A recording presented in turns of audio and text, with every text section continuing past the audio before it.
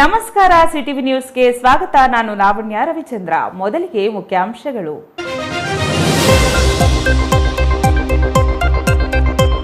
ಮತ್ತೊಂದು ತಿರುವು ಪಡೆದ ಓಂಕಾರ ಜ್ಯೋತಿ ಮಠದ ವಿವಾದ. ಮಠದ ಸಾಧ್ವಿ ಜಯಮ್ಮ ವಿಧಿವಶ. ಜಯಮ್ಮ ಸಾವಿಗೆ ಉಮಾಮಹೇಶ್ವರ ಸ್ವಾಮೀಜಿ ಕಿರುಕುಳವೇ ಕಾರಣವೆಂದ ಸಂಬಂಧಿಕರು. ದೇಶ ಮುಂದುವರಿಯಬೇಕಾದರೆ ವಿದ್ಯೆ ಮುಖ್ಯ ಎಂದ ಇನ್ಫೋಸಿಸ್ ನಾರಾಯಣಮೂರ್ತಿ. ಮಕ್ಕಳು ಚೆನ್ನಾಗಿ ಓದಿ ಶಿಸ್ತು ಕಲಿತು ತಮ್ಮ ನೆಚ್ಚಿನ ಕ್ಷೇತ್ರಗಳಲ್ಲಿ ದುಡಿಮೆ ಮಾಡಿದರೆ ದೇಶ ಉದ್ಧಾರವಾಗುತ್ತದೆ ಎಂದ ಸಾಫ್ಟ್ವೇರ್ ದಿಗ್ಗಜ. ನಿವೃತ್ತ ಯೋಧನಿಂದ ಎಸ್ಎಸ್ಎಲ್ಸಿ ಮಕ್ಕಳಿಗೆ ಲೇಖನ ಸಾಮಗ್ರಿ ವಿತರಣೆ. ಶಿಕ್ಷಣದ ಪ್ರಮುಖ ಘಟ್ಟದಲ್ಲಿ ಪಾಸಾದರೆ ಸಾಲದು, ಉತ್ತಮ ಶ್ರೇಣಿ ಪಡೆಯಬೇಕು ಎಂದ ನಿವೃತ್ತ ಯೋಧ ಎಸ್ವಿ ಅಯ್ಯರ್.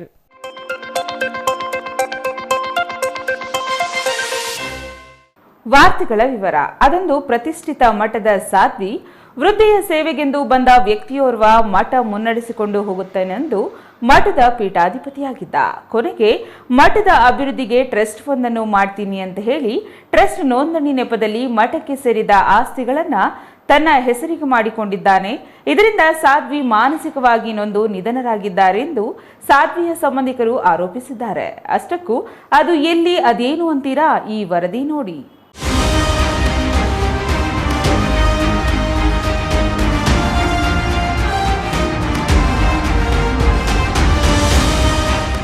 ಹೀಗೆ ಓಂಕಾರ ಮಠದ ಸಾಧ್ವಿ ವೃದ್ಧೆ ಜಯಮ್ಮ ಮೃತಪಟ್ಟಿದ್ದನ್ನ ತಿಳಿದ ಸಂಬಂಧಿಕರ ಆಕ್ರಂದನ. ಮತ್ತೊಂದೆಡೆ ಸಾಧ್ವಿ ಜಯಮ್ಮ ಸಾವಿಗೆ ಉಮಾಮಹೇಶ್ವರ ಸ್ವಾಮೀಜಿನೇ ಕಾರಣ ಎಂದು ಆರೋಪಿಸುತ್ತಿರುವ ಸಾಕುಮಗ ಗುರುನಾಥ. ಈ ದೃಶ್ಯಗಳು ಕಂಡುಬಂದಿದ್ದು ಚಿಕ್ಕಬಳ್ಳಾಪುರ ನಗರದ ಜಿಲ್ಲಾಸ್ಪತ್ರೆಯಲ್ಲಿ. ಚಿಕ್ಕಬಳ್ಳಾಪುರದ ಸ್ಕಂದಗಿರಿ ಬಳಿ ಇರುವ ಓಂಕಾರ ಜ್ಯೋತಿ ಮಠದ ಸಾಧ್ವಿ ಶ್ರೀಮತಿ ಜಯಮ್ಮ ಮಠದಲ್ಲಿ ಸ್ನಾನ ಮಾಡುವಾಗ ಕುಸಿದು ಬಿದ್ದು ಮೃತಪಟ್ಟಿದ್ದಾರೆ. ಜಯಮ್ಮ ಹೆಸರಿನಲ್ಲಿದ್ದ ಕೋಟ್ಯಾಂತರ ರೂಪಾಯಿ ಮೌಲ್ಯದ ಜಮೀನು, ಮಠ, ಆಸ್ತಿಗಳನ್ನು ಮಠದ ಪೀಠಾಧಿಪತಿ ಉಮೇಶ್ ಅಲಿಯಾಸ್ ಉಮಾಮಹೇಶ್ವರ ತನ್ನ ಹೆಸರಿಗೆ ಮಾಡಿಸಿಕೊಂಡ ಆರೋಪ ಕೇಳಿಬಂದಿತ್ತು. ಇದರಿಂದ ಜಯಮ್ಮ ಸೇರಿದಂತೆ ಜಯಮ್ಮ ಸಂಬಂಧಿಕರು ಸ್ವಾಮೀಜಿಯ ವಿರುದ್ಧ ಗಲಾಟೆ ಮಾಡಿ ಮಠದಿಂದ ಆಚೆ ಹಾಕಿದ್ರು. ಆದರೆ ಈಗ ಜಯಮ್ಮ ಮೃತಪಟ್ಟಿದ್ದು ಸ್ವಾಮೀಜಿಯ ಕಿರುಕುಳದಿಂದಲೇ ಮೃತಪಟ್ಟಿರುವುದಾಗಿ ಜಯಮ್ಮ ಸಂಬಂಧಿಕರು ಆರೋಪ ಮಾಡಿದ್ದಾರೆ. ಇವಾಗ ಬೆಳಗ್ಗೆ ಪ್ರತಿದಿನ ಸ್ನಾನಕ್ಕೆ ಹೋಗ್ತಾ ಇದ್ರು. ಇವಾಗ ಬೆಳಗ್ಗೆ ಸ್ನಾನಕ್ಕೆ ಹೋಗಿದ್ದಾಗ ಸುಸ್ತು ಅಂದರು. ನಾವು ಪ್ರಜ್ಞೆ ತಪ್ಪಿದ್ದಾರೆ ಅಂದ್ಕೊಂಡ ತಕ್ಷಣ ಲಕ್ಷ್ಮೀನಾರಾಯಣ ಪಾರ್ಸರ್ತರು ಫೋನ್ ಮಾಡಿದ್ದಕ್ಕೆ ಆಂಬುಲೆನ್ಸ್ ವ್ಯವಸ್ಥೆ ಮಾಡಿದರು. ಇವಾಗ ಗೌರ್ಮೆಂಟ್ ಹಾಸ್ಪಿಟ್ಲಿಗೆ ಕರ್ಕೊಂಬಂದಿದ್ವಿ. ಅವ್ರಿಗೆ ಮೈನ್ ಏನಂದರೆ ಒಬ್ಬ ಉಮಾಮಹೇಶ್ವರ ಸ್ವಾಮಿ ಏನಿದ್ದಾರೆ 5 ವರ್ಷದಿಂದ ಆಶ್ರಮದಲ್ಲಿ ಅವಕಾಶ ಮಾಡಿಕೊಟ್ಟಿದ್ವಿ ಸಾಧನೆ ಮಾಡೋದಕ್ಕಂತ.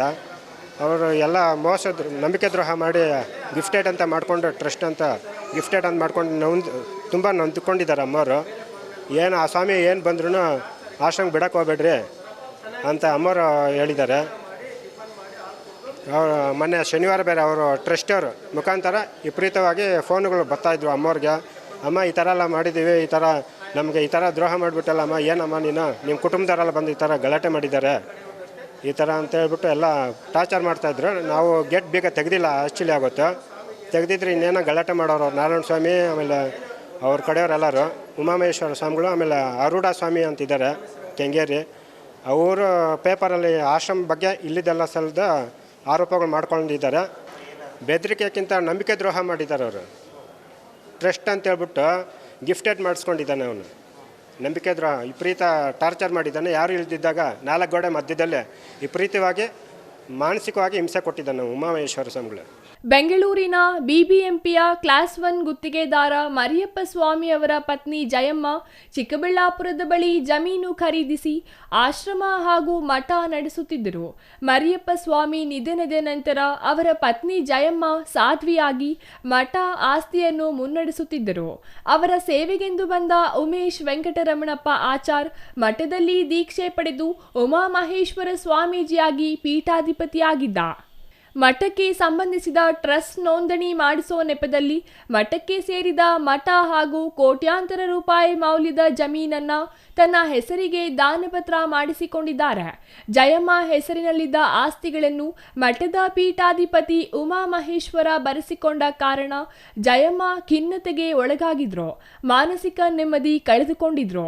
ವಾಪಸ್ ಆಸ್ತಿಗಳನ್ನು ಬರೆದುಕೊಡುವಂತೆ ಕೇಳಿದ್ರು, ಆದರೂ ಬರೆದುಕೊಟ್ಟಿರಲಿಲ್ಲ. ಕಾಲ್ಸ್ ಮಾಡ್ತಾ ಇದ್ದಾಗ ನಾವೆಲ್ಲ ಫೋನ್ ಮಾಡ್ತಾ ಇದ್ದಾಗ ಬ್ಲ್ಯಾಕ್ ಲಿಸ್ಟ್ಗೆ ಹಾಕೋದು ಸ್ವಾಮಿ ಉಮಾಮಹೇಶ್ವರರು ಅವ್ರ ಕುಟುಂಬದವ್ರು ಯಾರೇ ಮಾಡಲಿ ಬ್ಲ್ಯಾಕ್ ಲಿಸ್ಟ್ಗೆ ಹಾಕೋದು ಅದೆಲ್ಲ ಮಾಡ್ತಾಯಿದ್ದೆ. ನಾವೇನು ಮಾತಾಡಿದ್ವಿ ಅದೆಲ್ಲ ಅವ್ರ ಟ್ರಸ್ಟಿಯವ್ರಿಗೆ ವಾಟ್ಸಪ್ ಮುಖಾಂತರ ಏನೋ ಕಳಿಸಿ ನಮಗೂ ಬೆದರಿಕೆ ಹಾಕಿದ್ದಾನೆ ತುಂಬ ಸರಿ. ನಾವು ಏನೋ ಆ ಥರ ಗೊತ್ತಾಗ್ತಾ ಇದ್ದಂಗೆ ಬಂದು ಕೇಳೋಕ್ಕೆ ಹೋಗಿದ್ದಕ್ಕೆ ನಾವು ನಮ್ಮೆಲ್ಲ ಸರಿ 2-3 ಸರಿನೂ ಇದು ಏನು ರೆಸ್ಪಾನ್ಸ್ ಕೊಟ್ಟಿಲ್ಲ ಸ್ವಾಮಿ. ಮೊನ್ನೆಲ್ಲ ಕುಟುಂಬದವರೆಲ್ಲ ಸೇರಿ ಈ ಥರ ಕೇಳಿದ್ದಕ್ಕೆ ನಮ್ಮ ಮೇಲೆ ಇವಾಗ ಇಲ್ಲದ ಸ್ಥಳದ ಆರೋಪಗಳು ಮಾಡ್ತಾ ಇದ್ದೇನೆ. ಹೌದೌದು,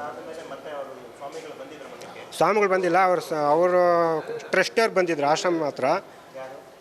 ನಾರಾಯಣ ಸ್ವಾಮಿ, ಶ್ರೀನಿವಾಸ, ಆಮೇಲೆ ಧನುಷ್ ಅನ್ನೋರು 2-3 ಬಂದಿದ್ರು, 4 ಜನ ಬಂದಿದ್ರು. ಒಟ್ಟು ಗೇಟ್ ಬೇಗ ತೆಗೀಪ ಅಂದರು. ನಾನು ತೆಗೆಯೋದಿಲ್ಲ ಸರ್, ಈ ಥರ ನಂಬಿಕೆ ದ್ರೋಹ ಮಾಡಿದ್ರೆ ನೀವೆಲ್ಲರೂ, ನಾವು ಯಾವುದೇ ಕಾರಣಕ್ಕೂ ತೆಗಿಯೋಂಗಿಲ್ಲ ಅಂತ ಹೇಳಿದ್ದೀವಿ. ಅಮ್ಮವ್ರ ಮುಖಾಂತರ ಫೋನ್ ಮಾಡಿ ಹೇಳಿದ್ವಿ, ಯಾವುದೇ ಕಾರಣಕ್ಕೂ ನೀವೆಲ್ಲ ಆಶ್ರಮದ ಒಳಗಡೆ ಎಂಟ್ರಿ ಕೊಡಬಾರ್ದು, ಎಲ್ಲ ನಂಬಿಕೆ ದ್ರೋಹ ಮಾಡಿದ್ರ ಅಂತ ಅಮ್ಮವ್ರು ಹೇಳಿದ್ದಾರೆ ಅವ್ರಿಗೆಲ್ಲ. ಆಮೇಲೆ ಏನಾಗಿಲ್ಲ ಸರ್, ಇವಾಗ ಚೆನ್ನಾಗಿದ್ರು. ಇದಕ್ಕಿಂತ ಸ್ನಾನ ಮಾಡ್ಕೊಂಡು ಪ್ರಜ್ಞೆ ಬಿದ್ದೋಗಿದ್ದಾರೆ. ನಾವು ತಕ್ಷಣ ಪಾರ್ಸಾರ್ಥಿ ಅವ್ರಿಗೆಲ್ಲ ಫೋನ್ ಮಾಡಿದ್ದಕ್ಕೆ ಆಂಬುಲೆನ್ಸ್ ರೆಡಿ ಮಾಡಿ ವ್ಯವಸ್ಥೆ ಮಾಡಿದ್ದಾರೆ. ಉಮಾಮಹೇಶ್ವರ ಜಯಮ್ಮಗೆ ಕರೆ ಮಾಡಿ ಬ್ಲ್ಯಾಕ್ ಮೇಲ್ ಮಾಡ್ತಿದ್ದ. ಇದರಿಂದ ಜಯಮ್ಮ ಆಘಾತಕ್ಕೆ ಒಳಗಾಗಿದ್ರು. ಜಯಮ್ಮ ಸಾವಿಗೆ ಉಮಾಮಹೇಶ್ವರ ಸ್ವಾಮೀಜಿ ಕಾರಣ ಎಂದು ಜಯಮ್ಮ ತಮ್ಮನ ಮಗನ ಪತ್ನಿ ಮಂಜುಳಾ ಆರೋಪಿಸಿದರು. ಹೋದ್ವಾರ ಎಲ್ಲ ಗಲಾಟೆ ಆಗಿತ್ತು, ಅದೇ ಒಂದು ಯೋಚನೆ ಮಾಡಿ ಹಿಂಗೆ ಮೋಸ ಹೋಗ್ಬಿಟ್ಟೆ ನಾನು ಅಂತ ಅದೇ ಯೋಚನೆಯಲ್ಲೇ ಹೋಗ್ಬಿಡ್ತು. ಫೋನ್ ಮಾಡಿ ದಿನ ಹಿಂಸೆ, ವಿಡಿಯೋ ಏನೇನೋ ಹಾಕಿ ಎಲ್ಲ ಇದು ಮಾಡಿದ, ಅದನ್ನೆಲ್ಲ ನೋಡಿ ಅವರು ಸ್ವಾಮಿಗಳು ಅದೇನೋ ಮಾತಾಡಿರೋದು ಅದು ಇದು ಏನೇನೋ ಹಾಕಿ ಅದನ್ನೆಲ್ಲ ನೋಡಿ ಮಾನಸಿಕವಾಗಿ ಆಘಾತ ಆಗಿ ಹಿಂಗಾಗೋಯ್ತು.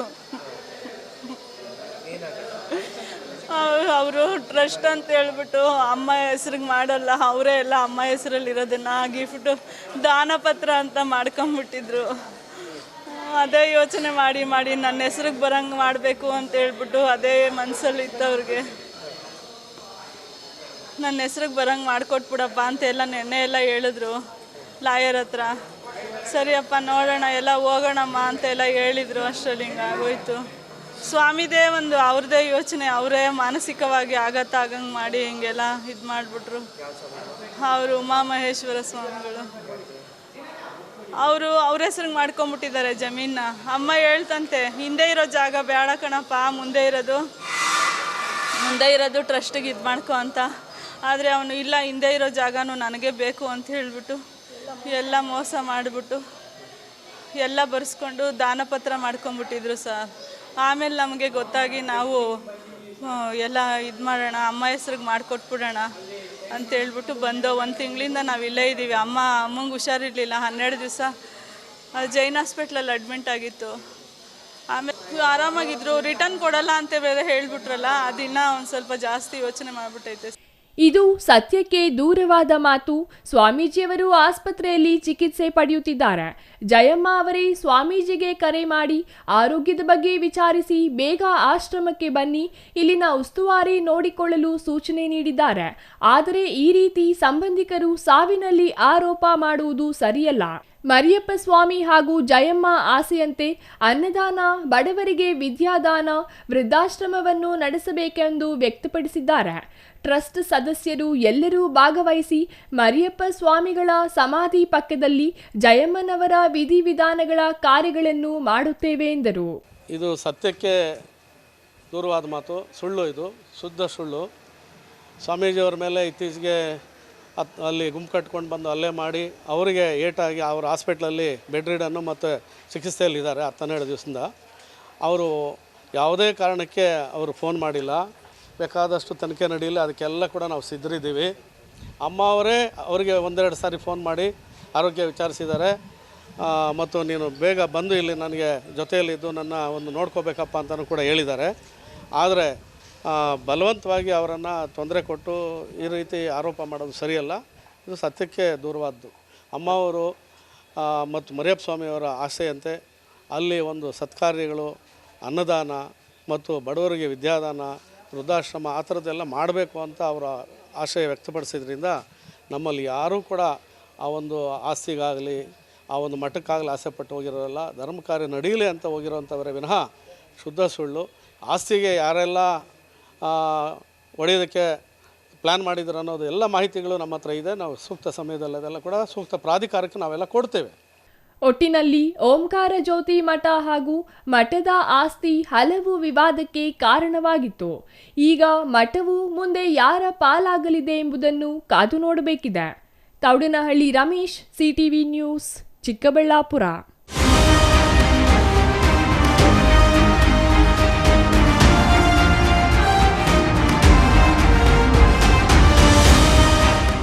ದೇಶ ಮುನ್ನಡೆಯಬೇಕೆಂದರೆ ವಿದ್ಯೆ ಮುಖ್ಯ.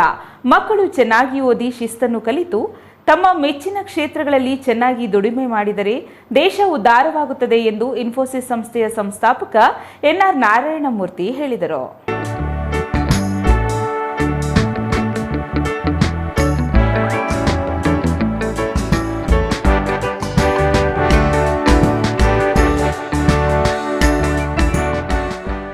ಶಿಡ್ಲಘಟ್ಟ ತಾಲೂಕಿನ ನಡಿಪಿನಾಯಕನಹಳ್ಳಿಯ ನವೋದಯ ಶಾಲೆ ಕಾಪಿಲಮ್ಮ ಕಾಲೇಜಿನ ವಾರ್ಷಿಕೋತ್ಸವ ಸಮಾರಂಭ ನವಸೌರಭ ಕಾರ್ಯಕ್ರಮದಲ್ಲಿ ವಿಶೇಷ ಅತಿಥಿಯಾಗಿ ಭಾಗವಹಿಸಿ ಮಾತನಾಡಿದ ಇನ್ಫೋಸಿಸ್ ಸಂಸ್ಥೆಯ ಸಂಸ್ಥಾಪಕ ಎನ್ಆರ್ ನಾರಾಯಣಮೂರ್ತಿ, ಕೇವಲ ಮಾತುಗಳು, ಘೋಷಣೆಗಳಿಂದ ಯಾವ ದೇಶವೂ ಮುಂದೆ ಬಂದಿಲ್ಲ. ಇಲ್ಲಿರುವ ವಿದ್ಯಾರ್ಥಿಗಳು ಚೆನ್ನಾಗಿ ಓದಿ ಉತ್ತಮ ಕ್ಷೇತ್ರಗಳಲ್ಲಿ ತೊಡಗಿಕೊಂಡು ಬೆಳೆದರೆ ನಡಿಪಿನಾಯಕನಹಳ್ಳಿಯು ಬೆಳೆಯುತ್ತದೆ. ಈ ಮೂಲಕ ರಾಜ್ಯ ಮತ್ತು ದೇಶವು ಮುಂದೆ ಬರುತ್ತದೆ. ನಮ್ಮ ಮಕ್ಕಳಿಗೆ ಎತ್ತರಕ್ಕೆ ಬೆಳೆಯಬೇಕೆಂಬ ಆಸೆ, ಶಿಸ್ತು, ಕಷ್ಟಪಟ್ಟು ಕೆಲಸ ಮಾಡುವುದು, ದೇಶದ ಬಗ್ಗೆ ಗೌರವ ಭಾವನೆ, ಪ್ರಾಮಾಣಿಕತೆ ಮುಂತಾದ ಮೌಲ್ಯಗಳನ್ನು ಮನೆಯಲ್ಲಿರುವ ಹಿರಿಯರು ಮತ್ತು ಶಾಲಾ ಶಿಕ್ಷಕರು ಕಲಿಸಬೇಕು ಎಂದರು. ನಮ್ಮ ತಂದೆಗೆ ಕೇವಲ 180 ರೂಪಾಯಿ ಸಂಬಳ ಬರುತ್ತಿತ್ತು. 8 ಜನ ಮಕ್ಕಳು ಇದ್ದ ದೊಡ್ಡ ಕುಟುಂಬವನ್ನ ಅವರು ಒಬ್ಬರೇ ಪೋಷಿಸಬೇಕಿತ್ತು. ಮನೆಯಲ್ಲಿ ಬಹಳ ಬಡತನವಿತ್ತು. ಆದರೆ ಬಡತನ ಶಾಶ್ವತವಲ್ಲ. ನಮ್ಮಲ್ಲಿ ಶ್ರಮ, ಶಿಸ್ತು, ಪ್ರಾಮಾಣಿಕತೆ ಮುಂತಾದ ಮೌಲ್ಯಗಳನ್ನ ಅಮ್ಮ ಕಲಿಸುತ್ತಿದ್ದರು. ನಾವು ಯಾರೂ ಹಿಂದುಳಿಯಲಿಲ್ಲ. ಎಲ್ಲರೂ ಎತ್ತರದ ಸ್ಥಾನಕ್ಕೆ ಏರಿದೆವು. ಸೋಮಾರಿತನ, ಕೆಟ್ಟತನಗಳನ್ನ ಮನಸ್ಸಿನಿಂದ ಕಿತ್ತು ಬಿಸಾಡಿ ಶ್ರಮ ಪಡಿ ಎತ್ತರಕ್ಕೇರುತ್ತೀರಿ ಎಂದರು. ಕಷ್ಟಪಟ್ಟು ಮಾಡಬೇಕು, ಎಲ್ಲ ಉದ್ಧಾರ ಆಗಬೇಕಾಗಿದೆ. ನೀವುಗಳು ಎಲ್ಲ ಚೆನ್ನಾಗಿ ಓದಿ ಮೌಲ್ಯ ಇಟ್ಕೊಂಡು ಪ್ರಾಮಾಣಿಕತೆಯಿಂದ ನಾಡಿಕೊಂಡು ಮುಂದೆ ಬಂದರು ದೇಶ ಬಂದರು. ನಾನು ಇದಕ್ಕಿಂತ ಜಾಸ್ತಿ ಹೇಳಕ್ಕೆ ಇಷ್ಟಪಡಲ್ಲ. ಯಾಕೆಂದರೆ ಮುಖ್ಯ ಮಾತಿಂದ ಏನು ಪ್ರಯೋಜನ. ನೀವುಗಳು ಈಗ ನಾನು ಹೇಳ್ತೇನೆ, ಸ್ವಲ್ಪ ಕಷ್ಟಪಟ್ಟು ಮೌಲ್ಯ ಇಟ್ಕೊಂಡು ಶಿಸ್ತು ಇಟ್ಕೊಂಡು ದೇಶದಲ್ಲಿ ಗೌರವ ಇಟ್ಕೊಂಡು ನಿಮ್ಮ ಉಪಾಧ್ಯಾಯರುಗಳಲ್ಲಿ ಗೌರವ ಇಟ್ಕೊಂಡು ನಿಮ್ಮ ತಾಯಿ ತಂದೆಯವರಲ್ಲಿ ಪ್ರತಿ ದಿವಸನೂ ರಾತ್ರಿ 2 ಗಂಟೆನಾರ ಓದಿ ಆ ಹೋಮ್ವರ್ಕ್ ಎಲ್ಲ ಮುಗಿಸಿ ಎಲ್ಲ ಮಾಡಿದ್ರೆ ಆಗ ನಮ್ಮ ದೇಶ ಮುಂದೆ. ಇನ್ನು 1990ರಲ್ಲಿ ಭಾರತ ಮತ್ತು ಚೀನಾ ದೇಶಗಳು ಆರ್ಥಿಕವಾಗಿ ಒಂದೇ ಸಮನಾಗಿದ್ದವು. ಆದರೆ ಈಗ ಚೀನಾ ಭಾರತಕ್ಕಿಂತ 6 ಪಟ್ಟು ಬೆಳೆದಿದೆ. ಚೀನಾದಲ್ಲಿ ಎಲ್ಲಿಗೆ ಹೋಗಿ ಯಾರನ್ನೇ ಕೇಳಿ 996 ಎಂಬ ಮಂತ್ರ ಹೇಳುತ್ತಾರೆ. ಅಂದರೆ ಬೆಳಿಗ್ಗೆ 9ರಿಂದ ರಾತ್ರಿ 9ರವರೆಗೆ ವಾರದ 6 ದಿನಗಳು ತಮಗಾಗಿಯಷ್ಟೇ ಅಲ್ಲ, ದೇಶದ ಬೆಳವಣಿಗೆಗಾಗಿ ಅವರು ದುಡಿಮೆ ಮಾಡುತ್ತಾರೆ. ಈಗಿನ ವಿದ್ಯಾರ್ಥಿಗಳು ನಮ್ಮ ದೇಶವನ್ನ ಉನ್ನತ ಮಟ್ಟಕ್ಕೆ ಕೊಂಡೊಯ್ಯುತ್ತೇವೆ, ಕಷ್ಟಪಟ್ಟು ಕೆಲಸ ಮಾಡುತ್ತೇವೆ ಎಂದು ಸಂಕಲ್ಪ ತೊಟ್ಟರೆ ಚೀನಾ ದೇಶವನ್ನ ಮುಂದಿನ ದಿನಗಳಲ್ಲಿ ಮೀರಿಸಬಹುದು ಎಂದರು. Chaya Ramesh, CTV news, Sidlaghatta.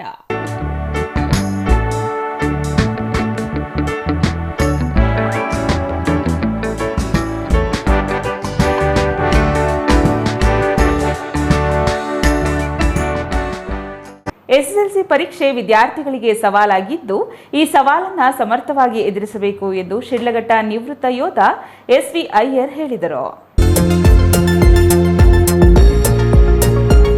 ಬಾಗೇಪಲ್ಲಿ ತಾಲೂಕಿನ ಗಂಟಂವಾರಿಪಲ್ಲಿ ಸರ್ಕಾರಿ ಶಾಲೆಯಲ್ಲಿ ನಿವೃತ್ತ ಯೋಧ SV ಅಯ್ಯರ್ ತಮ್ಮ ದಿವಂಗತ ಧರ್ಮಪತ್ನಿ HS ಪ್ರಭಾವತಿ ಅವರ ಜ್ಞಾಪಕಾರ್ಥವಾಗಿ 10ನೇ ತರಗತಿ ಮಕ್ಕಳಿಗೆ ಪರೀಕ್ಷಾ ಪರಿಕರಗಳನ್ನು ವಿತರಣೆ ಮಾಡಿ ಮಾತನಾಡಿ, ಸರ್ಕಾರಿ ಶಾಲೆಯ SSLC ವಿದ್ಯಾರ್ಥಿಗಳು ಭವಿಷ್ಯವನ್ನು ಉಜ್ವಲಗೊಳಿಸಲು ಈ ಶಾಲೆಯಲ್ಲಿ ಶಿಕ್ಷಕರು ವಿದ್ಯಾರ್ಥಿಗಳಿಗೆ ಪರೀಕ್ಷೆ ಯಾವ ರೀತಿ ಎದುರಿಸಬೇಕೆಂಬ ಬಗ್ಗೆ ಧೈರ್ಯ ತುಂಬುವ ಜೊತೆಗೆ ಗುಂಪು ಅಧ್ಯಯನ, ವಿಶೇಷ ತರಗತಿಗಳನ್ನು ತೆಗೆದುಕೊಂಡು ವಿದ್ಯಾರ್ಥಿಗಳನ್ನು ತಯಾರು ಮಾಡುತ್ತಿರುವುದು ಸ್ವಾಗತಾರ್ಹ ಎಂದರು.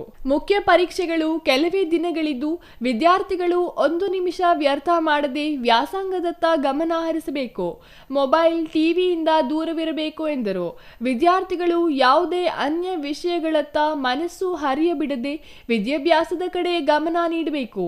SSLC ಪರೀಕ್ಷೆಯಲ್ಲಿ ಕೇವಲ ಉತ್ತೀರ್ಣರಾದರೆ ಸಾಲದು, ಉನ್ನತ ಮಟ್ಟದಲ್ಲಿ ಉತ್ತೀರ್ಣರಾಗಿ ಶಾಲೆಗೆ, ಪೋಷಕರಿಗೆ ಕೀರ್ತಿ ತರಬೇಕು ಎಂದರು.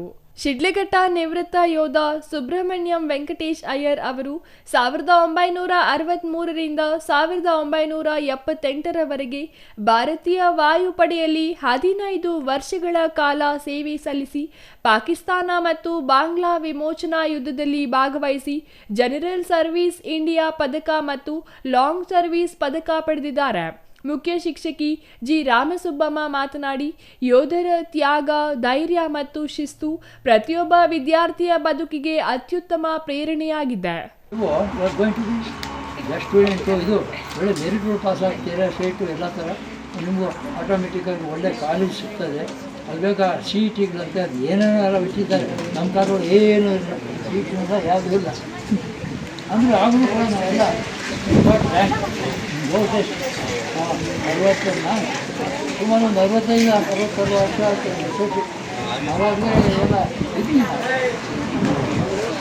ಯೋಧರ ಜೀವ ಸುಲಭವಾದುದಲ್ಲ, ದೇಶದ ನಾಗರಿಕರು ಸುರಕ್ಷಿತವಾಗಿರಲಿ ಎಂಬ ಏಕೈಕ ಉದ್ದೇಶದಿಂದ ಅವರು ಗಡಿಯಲ್ಲಿ ನಿದ್ದೆ ಬಿಟ್ಟು ಕಾವಲು ಕಾಯುತ್ತಾರೆ.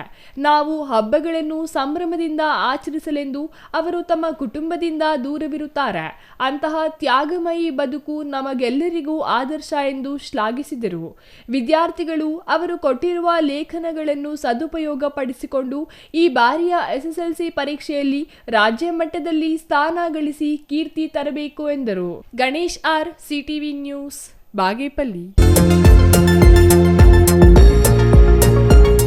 ಕಲ್ಯಾಣ ಕರ್ನಾಟಕ ಭಾಗದ ಹಿರಿಯ ಮುಖಂಡರು, ಶೈಕ್ಷಣಿಕ ಕ್ರಾಂತಿಯ ಹರಿಕಾರರು ಹಾಗೂ ಸಮಾಜ ಸೇವಕರು ಶತಾಯುಷಿ ಭೀಮಣ್ಣ ಖಂಡ್ರೆ ಅವರು ಇಂದು ವಿಧಿವಶರಾಗಿದ್ದಾರೆ.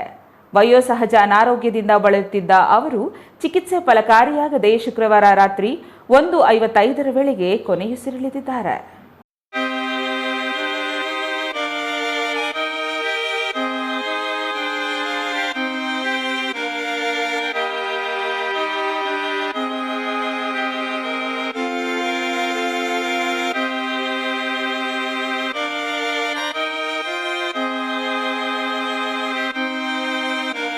ಬಾಲ್ಕಿಯ ಚನ್ನಬಸವ ಪಟ್ಟದೇವರು ಸ್ಥಾಪಿಸಿದ ಶಾಂತಿವರ್ಧಕ ಶಿಕ್ಷಣ ಸಂಸ್ಥೆಯನ್ನು ಕಟ್ಟಿ ಬೆಳೆಸುವಲ್ಲಿ ಭೀಮಣ್ಣ ಖಂಡ್ರೆ ಅವರ ಪಾತ್ರ ಅತ್ಯಂತ ದೊಡ್ಡದು.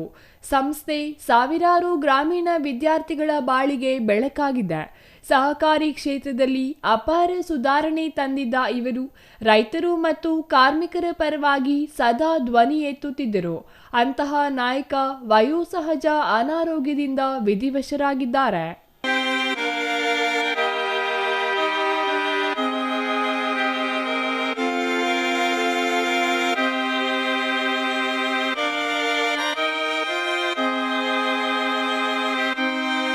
ಲೋಕನಾಯಕ ಎಂಬ ಬಿರುದು ಸದಾ ಜನಸಾಮಾನ್ಯರ ನಡುವೆ ಇರುತ್ತಿದ್ದ ಇವರ ಜನಪರ ಕಾಳಜಿಯನ್ನು ಗುರುತಿಸಿ ಜನತೆ ಪ್ರೀತಿಯಿಂದ ಲೋಕನಾಯಕ ಎಂದು ಕರೆಯುತ್ತಿದ್ದರು.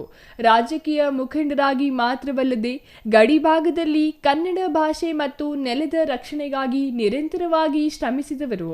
ಭೀಮಣ್ಣ ಖಂಡ್ರೆ ಅವರ ನಿಧನಕ್ಕೆ ನಾಡಿನ ಅನೇಕ ಗಣ್ಯರು, ಮಠಾಧೀಶರು ಮತ್ತು ರಾಜಕೀಯ ನಾಯಕರು ತೀವ್ರ ಸಂತಾಪ ವ್ಯಕ್ತಪಡಿಸಿದ್ದಾರೆ.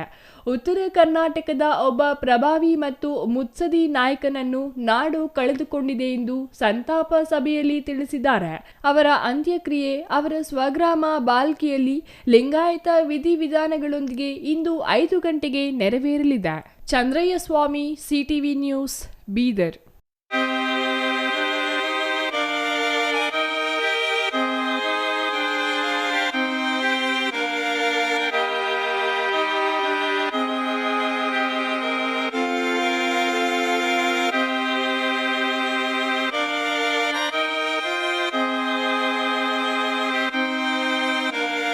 ಜಿಲ್ಲೆಯಲ್ಲಿ ಛಲವಾದಿ ಮಹಾಸಮಾವೇಶ ನಡೆಸಲು ತೀರ್ಮಾನಿಸಲಾಗಿದ್ದು, ನಚಿಕೇತ್ ನಿಲಯದ ಅಂಬೇಡ್ಕರ್ ಧ್ಯಾನ ಮಂದಿರದಲ್ಲಿ ಮಹಾಸಮಾವೇಶ ಕುರಿತು ಪೂರ್ವಭಾವಿ ಸಭೆ ನಡೆಸಲಾಯಿತು ಎಂದು ಛಲವಾದಿ ಮಹಾಸಭಾ ಜಿಲ್ಲಾ ಪ್ರಧಾನ ಕಾರ್ಯದರ್ಶಿ ಚಿಕ್ಕಹಯ್ಯರ್ ರವೀಂದ್ರನಾಥ ಹೇಳಿದರು.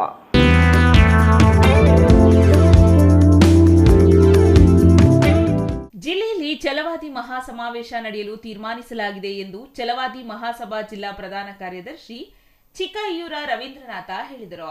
ದಿವಂಗತ ಐಎಎಸ್ ಅಧಿಕಾರಿ ಶಿವರಾಮ್ ಹುಟ್ಟುಹಾಕಿದ ಛಲವಾದಿ ಮಹಾಸಭಾ ಸಂಘಟನೆಯನ್ನು ಕರೆದುಕೊಂಡು ಹೋಗುವ ಜವಾಬ್ದಾರಿ ನಾವೆಲ್ಲರೂ ಮಾಡಬೇಕಾಗಿದೆ.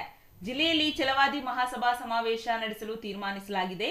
ಪೂರ್ವಭಾವಿ ಸಭೆಯಲ್ಲಿ ಹಲವು ಮುಖಂಡರು ತಮ್ಮ ಅನಿಸಿಕೆಗಳನ್ನು ಹಂಚಿಕೊಂಡು ಯಾವ ರೀತಿಯಲ್ಲಿ ಸಮಾವೇಶ ನಡೆಸಬೇಕು ಎಂದು ಚರ್ಚೆ ನಡೆಸಲಾಯಿತು ಎಂದು ತಿಳಿಸಿದರು. ಇನ್ನು ಛಲವಾದಿ ಮಹಾಸಭಾ ಗೌರವಾಧ್ಯಕ್ಷ ಎಸ್ ಮುನಿಯಪ್ಪ ಮಾತನಾಡಿ, ಛಲವಾದಿ ಮಹಾಸಭಾ ಸಂಘಟನೆ ಕುರಿತು ಸಭೆಯಲ್ಲಿ ಚರ್ಚೆ ನಡೆಸಲಾಯಿತು. ಅಂಬೇಡ್ಕರ್ ಆದರ್ಶಗಳನ್ನ ಮುಂದಿನ ಪೀಳಿಗೆಗೆ ತಿಳಿಸುವ ನಿಟ್ಟಿನಲ್ಲಿ ಕೈಗೊಳ್ಳಬೇಕಾದ ಕಾರ್ಯಗಳ ಬಗ್ಗೆ ಮುಖಂಡರು ಮಾಹಿತಿ ನೀಡಿದ್ದಾರೆ. ಛಲವಾದಿ ಮಹಾಸಭಾ ಉಪಾಧ್ಯಕ್ಷ ಮಂಜುಳಾ ಮಾತನಾಡಿ, ಜಿಲ್ಲೆಯಲ್ಲಿ ಛಲವಾದಿ ಮಹಾಸಭಾ ಬೃಹತ್ ಸಮಾವೇಶ ನಡೆಸುವ ಜೊತೆಗೆ ಸಂಘಟನೆಯ ರಥವನ್ನ ಮುನ್ನಡೆಸಲು ಶಕ್ತಿ ಮೀರಿ ಪ್ರಯತ್ನ ನಡೆಸಲಾಗುವುದು ಎಂದರು.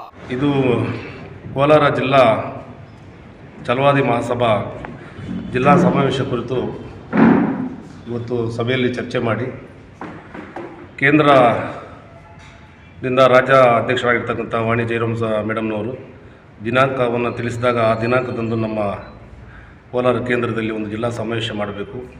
ರಾಜ್ಯದಿಂದ ಮಂತ್ರಿಗಳು, ಸ್ಥಳೀಯ ಶಾಸಕರು ಮತ್ತು ಜಿಲ್ಲೆಯ ಎಲ್ಲ ಛಲವಾದಿ ಮುಖಂಡರುಗಳು ಭಾಗವಹಿಸಿ ಕಾರ್ಯಕ್ರಮ ಯಶಸ್ವಿ ಮಾಡಬೇಕಂತೇಳಿ ಇವತ್ತು ಚರ್ಚೆ ಆಯಿತು. ಈ ಚರ್ಚೆಯಲ್ಲಿ ಮುಂದಿನ ದಿನಾಂಕ ಬರೋವರೆಗೂ ನಾವು ಏನು ಜಿಲ್ಲೆಯಲ್ಲಿ ತಾಲೂಕು ಅಧ್ಯಕ್ಷರುಗಳ ನೇತೃತ್ವದಲ್ಲಿ ಎಲ್ಲ ಪದಾಧಿಕಾರಿಗಳು ಕಾರ್ಯಕ್ರಮಕ್ಕೆ ಯಶಸ್ವಿಗೊಳಿಸಲು ಯಾವ ರೀತಿ ನಾವು ಕಾರ್ಯಕ್ರಮ ರೂಪಿಸಬೇಕು ಚರ್ಚೆ ಮಾಡಿ ಇವತ್ತು ದಿನಾಂಕವನ್ನು ನಿಗದಿಪಡಿಸಿದ್ದೇವೆ. Eshwar, CTV news, Kolar.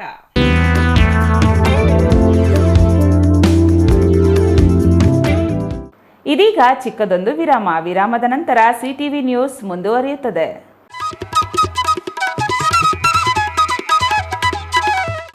ಚಿಕ್ಕಬಳ್ಳಾಪುರ ತಾಲೂಕಿನ ಆಕಲತಿಮ್ಮನಹಳ್ಳಿಯಲ್ಲಿ ನೂತನವಾಗಿ ನಿರ್ಮಿಸಲಾಗಿರ್ತಕ್ಕಂತಹ ಯಲ್ಲಮ್ಮ ದೇವಿ, ಕಾಟೇರಮ್ಮ ದೇವಿ ಹಾಗೂ ದೊಡ್ಡಮ್ಮ ದೇವಸ್ಥಾನದಲ್ಲಿ 22/1/26 ಹಾಗೂ 23/1/26 ಹಲವಾರು ಪೂಜಾ ಕಾರ್ಯಕ್ರಮಗಳು, ಅಂದರೆ 22/1/26 ಹೋಮ ಯಜ್ಞಯಾಗಾದಿಗಳು, 23/1/26 ಧ್ವಜ ಸ್ತಂಭ ಸ್ಥಾಪನೆ ಹಾಗೂ ದೇವರ ಪ್ರತಿಷ್ಠಾಪನೆ ಹಾಗೂ ಇನ್ನೂ ಹಲವಾರು ಪೂಜಾ ಕಾರ್ಯಕ್ರಮಗಳನ್ನು ಏರ್ಪಡಿಸಲಾಗಿದೆ.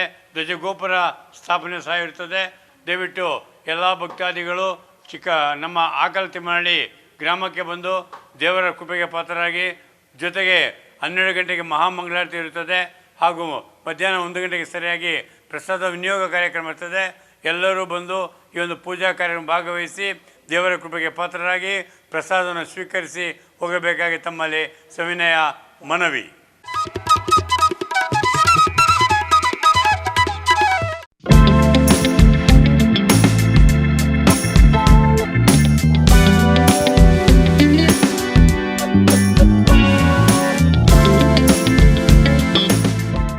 ಸಮಸ್ತ ವೀಕ್ಷಕರಿಗೆ ರಾಮೋಸ್ ಫರ್ನಿಚರ್ ರವರಿಂದ ಹೊಸ ವರ್ಷ ಮತ್ತು ಸಂಕ್ರಾಂತಿ ಹಬ್ಬದ ಶುಭಾಶಯಗಳು. ಈ ಹೊಸ ವರ್ಷ ಮತ್ತು ಸಂಕ್ರಾಂತಿ ಹಬ್ಬದ ಸಂದರ್ಭದಲ್ಲಿ ನಿಮ್ಮ ಮನೆಯೊಳಗೆ ಆರಾಮ ಮತ್ತು ಸೌಂದರ್ಯವನ್ನ ತರಲು ಸಮಯ ಬಂದೇ ಬಿಟ್ಟಿದೆ. ರಾಮೋಸ್ ಫರ್ನಿಚರ್ಸ್ ನಿಮಗಾಗಿ ತಂದಿದೆ ಪ್ರೀಮಿಯಂ ಫರ್ನಿಚರ್ ಮೇಲೆ ಫ್ಲಾಟ್ %20 ರಿಯಾಯಿತಿ. ಸುಂದರವಾಗಿ ವಿನ್ಯಾಸಗೊಳಿಸಿದ ಸೋಫಾಗಳು, ಆಧುನಿಕ ಫರ್ನಿಚರ್ ಮತ್ತು ಆಕರ್ಷಕ ಇಂಟೀರಿಯರ್ಸ್, ಆರಾಮಕ್ಕಾಗಿ ವಿನ್ಯಾಸ, ದೈನಂದಿನ ಬದುಕಿಗಾಗಿ ನಿರ್ಮಾಣ. ಈ ಹಬ್ಬದ ಸಮಯದಲ್ಲಿ ಗುಣಮಟ್ಟ ಮತ್ತು ವಿಶ್ವಾಸದೊಂದಿಗೆ ಸಂಭ್ರಮಿಸಿ. ಆದರೆ ತಡ ಮಾಡಬೇಡಿ, ಈ ವಿಶೇಷ ಆಫರ್ ಸಂಕ್ರಾಂತಿವರೆಗೆ ಮಾತ್ರ. ರಾಮೋಸ್ ಫರ್ನಿಚರ್ಸ್ಗೆ ಭೇಟಿ ನೀಡಿ. ಈ ಹಬ್ಬದ ಕಾಲದಲ್ಲಿ ಆಫರ್ಸ್ ಅನ್ನ ಮತ್ತೆ ಮಿಸ್ ಮಾಡ್ಕೋಬೇಡಿ. ಹೆಚ್ಚಿನ ಮಾಹಿತಿಗೆ ಸಂಪರ್ಕಿಸಿ 6361730543 8660423443 9845527729.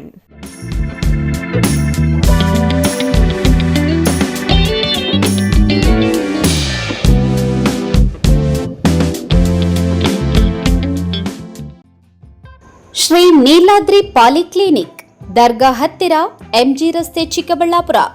ಚಿಕ್ಕಬಳ್ಳಾಪುರ ಜನತೆಗೆ ಸಿಹಿ ಸುದ್ದಿ.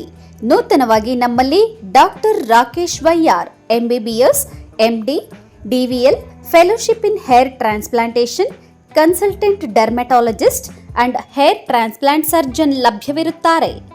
ನಮ್ಮಲ್ಲಿ ದೊರೆಯುವ ಸೌಲಭ್ಯಗಳು chemical peeling, electrocautery, radio frequency, nail surgery, lasers hair removal, acne scar reduction, pigmentation, carbon peel, GFC and PRP, hair transplant, micro needling ಮಾಡಲಾಗುತ್ತದೆ. ಪ್ರತಿ ಶುಕ್ರವಾರ ಹಾಗೂ ಭಾನುವಾರ ಬೆಳಗ್ಗೆ 11 ಗಂಟೆಯಿಂದ 2 ಗಂಟೆಯವರೆಗೆ ಲಭ್ಯವಿರುತ್ತಾರೆ. ಹಾಗೂ ಪ್ರತಿದಿನ ಸೋಮವಾರದಿಂದ ಶನಿವಾರದವರೆಗೆ ಡಾಕ್ಟರ್ ಕಾರ್ತಿಕ್ R, ಫಿಸಿಷಿಯನ್, ಡಯಾಬೆಟಾಲಜಿಸ್ಟ್ 8 ಗಂಟೆಯಿಂದ 9 ಗಂಟೆಯವರೆಗೆ ಲಭ್ಯವಿರುತ್ತಾರೆ. ಹಾಗೂ ಡಾಕ್ಟರ್ ಪ್ರೇಮ್ ಸಾಗರ್, MBBS, ಸಂಜೆ 6 ಗಂಟೆಯಿಂದ ರಾತ್ರಿ 9 ಗಂಟೆಯವರೆಗೆ ಲಭ್ಯವಿರುತ್ತಾರೆ. ಹೆಚ್ಚಿನ ಮಾಹಿತಿಗಾಗಿ ಸಂಪರ್ಕಿಸಿ 7892036068. ವಿರಾಮದ ನಂತರ ಸಿಟಿವಿ ನ್ಯೂಸ್ಗೆ ಸ್ವಾಗತ. ದಲಿತರ ಸಂಘರ್ಷ ಸಮಿತಿಯಿಂದ ಚೇಳೂರು ತಾಲೂಕು ಕಚೇರಿ ಮುಂದೆ 21ರ ಬುಧವಾರ ವಿವಿಧ ಬೇಡಿಕೆಗಳ ಈಡೇರಿಕೆಗಾಗಿ ಒತ್ತಾಯಿಸಿ ತಮಟೆ ಚಳುವಳಿ ಮಾಡಲಾಗುವುದು ಎಂದು DSS ಜಿಲ್ಲಾ ಸಂಘಟನಾ ಸಂಚಾಲಕ NA ವೆಂಕಟೇಶ್ ಹೇಳಿದರು.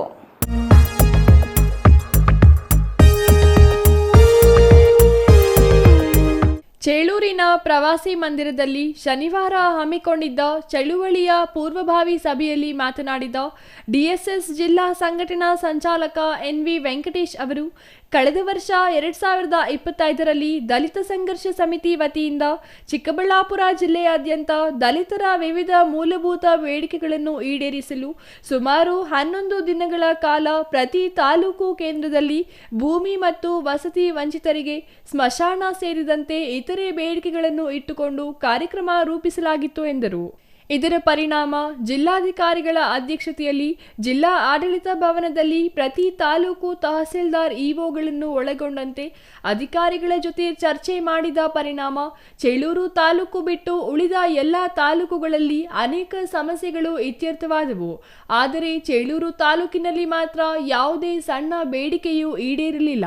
ಸ್ಥಳೀಯ ದಲಿತ ಸಂಘರ್ಷ ಸಮಿತಿ ಪದಾಧಿಕಾರಿಗಳು ಅನೇಕ ಬಾರಿ ತಹಸೀಲ್ದಾರ್ ಅವರನ್ನು ಭೇಟಿ ಮಾಡಿ ಮಾತನಾಡಿದರೂ ಯಾವುದೇ ಪ್ರಯೋಜನವಾಗಿಲ್ಲ. ಇದು ಅತ್ಯಂತ ದಲಿತ ವಿರೋಧ ನೀತಿ ಅಲ್ಲದೆ ಬೇರೇನೂ ಅಲ್ಲ ಎಂದರು. ನೆಮ್ಮದಿಯ ಬದುಕಿಗಾಗಿ, ತುಂಡು ಭೂಮಿ ಘನತೆಯ ಬದುಕಿಗಾಗಿ ಒಂದು ಸೂರು ಬೇಕೆಂದು ಬಗರ್ ಹುಕುಂ ಸಾಗುವಳಿದಾರರ ಅರ್ಜಿಗಳನ್ನು ಪರಿಗಣಿಸದ ಮೇಲೆ ಪ್ರಸ್ತಾಪಿಸಿದ ವಿವಿಧ ಬೇಡಿಕೆಗಳನ್ನು ಕೂಡಲೇ ಇತ್ಯರ್ಥ ಮಾಡಲು ಒತ್ತಾಯಿಸಿ ತಾಲೂಕು ಕಚೇರಿ ಆವರಣದಲ್ಲಿ ದಲಿತ ಸಂಘರ್ಷ ಸಮಿತಿ ಚಳುವಳಿ ಹಮ್ಮಿಕೊಂಡಿದೆ ಎಂದರು.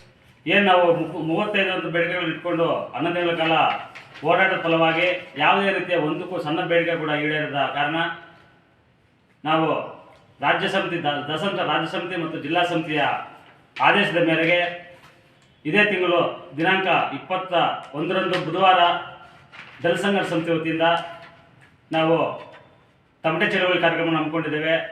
ಈ ಒಂದು ಕಾರ್ಯಕ್ರಮಕ್ಕೆ ತಮ್ಮ ಹಕ್ಕನ್ನು ಮಂಡಿಸಿ, ಅದೇ ರೀತಿಯಾಗಿ ಈಗಿನ ದೇಶದಲ್ಲಿ ಮಹಿಳೆಯರು, ಹೆಣ್ಣು ಮಕ್ಕಳು ತುಂಬ ಅನೇಕ ರೀತಿಯಲ್ಲಿ ವಿದ್ಯಾಭ್ಯಾಸ ಪಡ್ಕೊಂಡು ಒಳ್ಳೊಳ್ಳೆ ಹುದ್ದೆಯಲ್ಲಿ ಬರಬೇಕಾದ್ರೆ ಅದು ಕಾರಣ ಅಂಬೇಡ್ಕರ್ ಮತ್ತು ಸಂವಿಧಾನ. ಆ ಸಂವಿಧಾನ ಅಡಿಯಲ್ಲಿ ಕೆಲಸ ಮಾಡ್ತಾ ಇರುವಂಥ ಅಧಿಕಾರಿಗಳು ಅದೇ ರೀತಿಯಾಗಿ ಈ ತಾಲೂಕು ಚೇಳೂರು ತಾಲೂಕು ಆಗಬೇಕಾದ್ರೆ ದಲಿತ ಸಂಘ ಸಮಿತಿ ಆಗ್ಬೋದು ಮತ್ತು ರೈತ ಸಂಘಟನೆಗಳಾಗ್ಬೋದು ಅನೇಕ ಹಿರಿಯ ನಾಗರಿಕರು ಹೋರಾಟಗಳನ್ನು ಮಾಡಿ ಈ ತಾಲೂಕನ್ನು ಪಡೆದಿರುವಂಥ ಚೇಳೂರಾಗಿರ್ತದೆ. ಜಿ ನರಸಿಂಹಪ್ಪ ಮಾತನಾಡಿ, ದಲಿತ ಸಂಘರ್ಷ ಸಮಿತಿ ವಿವಿಧ ಬೇಡಿಕೆಗಳ ಈಡೇರಿಕೆಗಾಗಿ APMC ಮಾರ್ಕೆಟ್ನಿಂದ ತಾಲೂಕು ಕಚೇರಿವರೆಗೆ ತಮಟೆ ಚಳುವಳಿ ನಡೆಸುವ ಮೂಲಕ ನಮ್ಮ ಬೇಡಿಕೆಗಳನ್ನು ಈ ಬಾರಿಯೂ ಈಡೇರದಿದ್ದರೆ ಪಕ್ಷದಲ್ಲಿ ಮುಂದಿನ ದಿನಗಳಲ್ಲಿ ಉಗ್ರ ಹೋರಾಟ ಮಾಡುತ್ತೇವೆ ಎಂದು ಎಚ್ಚರಿಸಿದರು. CS Venkatesh, CTV news, Cheluru.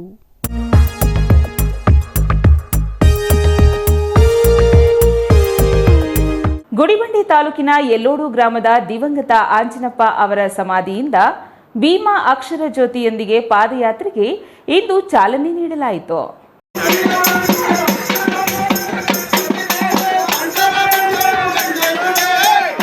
Gudibande ತಾಲೂಕಿನ ಯಲ್ಲೋಡು ಗ್ರಾಮದ ದಿವಂಗತ ಆಂಜನಪ್ಪ ಅವರ ಸಮಾಧಿಯಿಂದ ಭೀಮಾ ಅಕ್ಷರ ಜ್ಯೋತಿಯೊಂದಿಗೆ ಪಾದಯಾತ್ರೆಗೆ ಇಂದು ಚಾಲನೆ ನೀಡಲಾಯಿತು.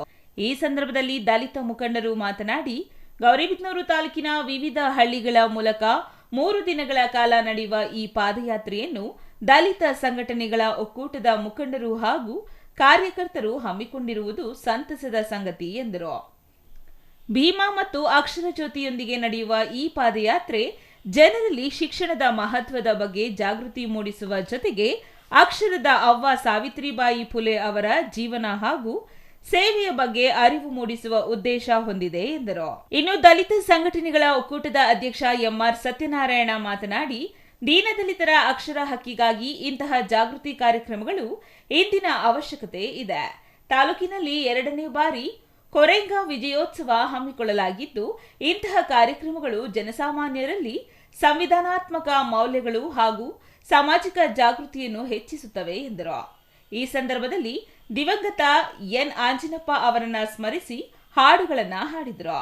ನಂತರ ಅವರ ಸ್ಮರಣಾರ್ಥವಾಗಿ ಬೀವಾ ಕೊರೆಗಾಂ ವಿಜಯೋತ್ಸವ ಪಾದಯಾತ್ರೆ ಮೂಲಕ ವಾಟದ ಹೊಸಳ್ಳಿ ಗ್ರಾಮದಿಂದ ಮೊದಲೋಡು ಗ್ರಾಮದ ಕಡೆಗೆ ಪಾದಯಾತ್ರೆ ನಡೆಸಿದರು. Satish Babu, CTV news, Gudibande.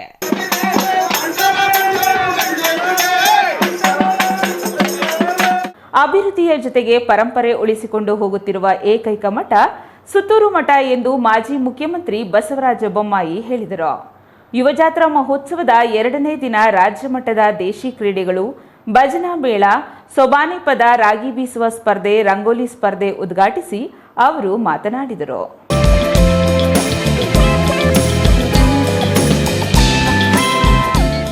ನಂಜನಗೂಡು ತಾಲೂಕಿನ ಸುತ್ತೂರು ಶ್ರೀ ಕ್ಷೇತ್ರದಲ್ಲಿ ಜಗದ್ಗುರು ಶ್ರೀ ಶಿವರಾತ್ರಿ ದೇಶಕೇಂದ್ರ ಮಹಾಸ್ವಾಮಿಗಳ ದಿವ್ಯ ಸಾನ್ನಿಧ್ಯದಲ್ಲಿ 6 ದಿನಗಳ ಕಾಲ ನಡೆಯುವ ಜಾತ್ರಾ ಮಹೋತ್ಸವದ 2ನೇ ದಿನ ರಾಜ್ಯ ಮಟ್ಟದ ದೇಶಿ ಕ್ರೀಡೆಗಳು, ಭಜನಾ ಮೇಳ, ಸೋಬಾನ ಪದ, ರಾಗಿ ಬೀಸುವ ಸ್ಪರ್ಧೆ, ರಂಗೋಲಿ ಸ್ಪರ್ಧೆ ಉದ್ಘಾಟಿಸಿ ಅವರು ಮಾತನಾಡಿದರು.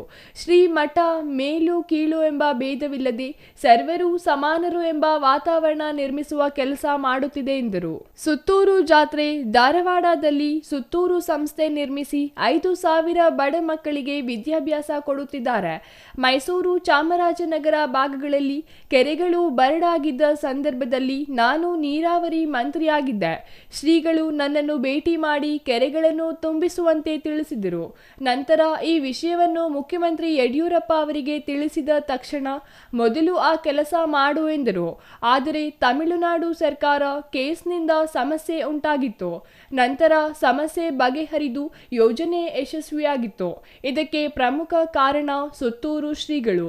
ಇದರಿಂದಲೇ ರೈತರ ಬಗ್ಗೆಯೂ ಸಾಕಷ್ಟು ಒಲವಿರುವುದನ್ನು ತೋರಿಸುತ್ತದೆ ಎಂದರು. ಜ್ಞಾನ ಮತ್ತು ಧ್ಯಾನ ಇದ್ದರೆ ಯಾರಾದರೂ ಎತ್ತರಕ್ಕೆ ಹೋಗುತ್ತಾರೆ ಎಂಬುದನ್ನು ಶ್ರೀಗಳನ್ನು ನೋಡಿ ಕಲಿಯಬೇಕಾಗಿದೆ. ಯಾವುದೇ ಒಳ್ಳೆಯ ಕೆಲಸಗಳನ್ನು ಮಾಡಿದ್ದರೂ ಏನೂ ಮಾಡಿಲ್ಲದಂತೆ ಮುಗ್ಧ ರೀತಿಯಲ್ಲಿ ಕಾಣಬಹುದಾಗಿದೆ ಎಂದರು. ಬಳಿಕ ಕೇಂದ್ರ ಸಚಿವ ಶೋಭಾ ಕರಂದ್ಲಾಜೆ ಮಾತನಾಡಿ, ಪ್ರತಿ ವರ್ಷ ಸುತ್ತೂರು ಜಾತ್ರೆಗೆ ಬರುವುದು ಎಂದರೆ ಖುಷಿಯ ವಿಚಾರ. ಸುತ್ತೂರು ಜಾತ್ರೆ ಖರೀದಿಯ ಜೊತೆಗೆ ವೈವಿಧ್ಯಮಯಗಳಿಂದ ಕೂಡಿದೆ. ಪ್ರತಿ ವರ್ಷವೂ ಗ್ರಾಮೀಣ ಕ್ರೀಡೆಗಳಿಗೆ ಶ್ರೀಗಳು ಹೆಚ್ಚು ಒತ್ತು ನೀಡುತ್ತಿದ್ದಾರೆ. ಸರ್ಕಾರಗಳು ಮಾಡದ ಕೆಲಸಗಳನ್ನು ಶ್ರೀಗಳು ಮಾಡುತ್ತಿದ್ದಾರೆ. ಸರ್ಕಾರದ ಸಂಸ್ಥೆಗಳೊಂದಿಗೆ ಅವಿನಾಭಾವ ಸಂಬಂಧ ಇಟ್ಟುಕೊಂಡಿದ್ದಾರೆ. ಜೆಎಸ್ಎಸ್ ಸಂಸ್ಥೆ ಸುತ್ತೂರಿಗೆ ಮಾತ್ರ ಸೀಮಿತವಾಗಿಲ್ಲ, ಅಮೆರಿಕಾದವರೆಗೂ ಬೆಳೆದಿದೆ.